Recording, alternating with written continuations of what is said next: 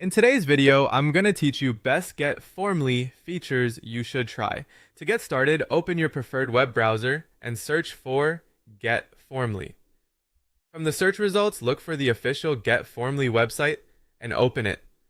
Once you land on the home page, take a quick moment to get familiar with the layout so you know you're in the right place. On the home page, look for a button like Get Started, Sign Up, or anything similar that takes you into the account creation process. Click that button to move forward. If you want to try the platform for yourself while following along, you can use the affiliate link in the description.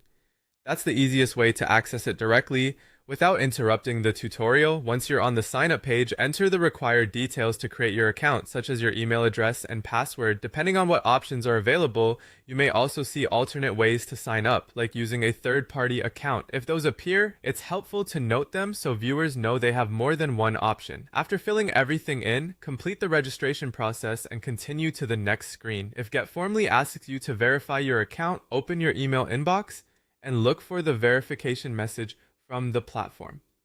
Open that email and click the verification button or follow the instructions provided inside it.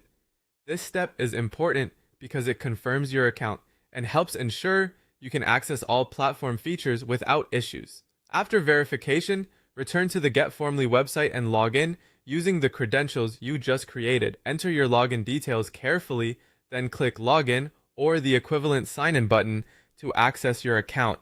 Once you're inside, you'll arrive at the main dashboard. This is where new users should pause for a second and get oriented. Briefly look over the main sections, menus, or navigation areas so you understand where everything lives. This makes it much easier to start using the platform confidently. From there, show where users can begin creating or managing forms.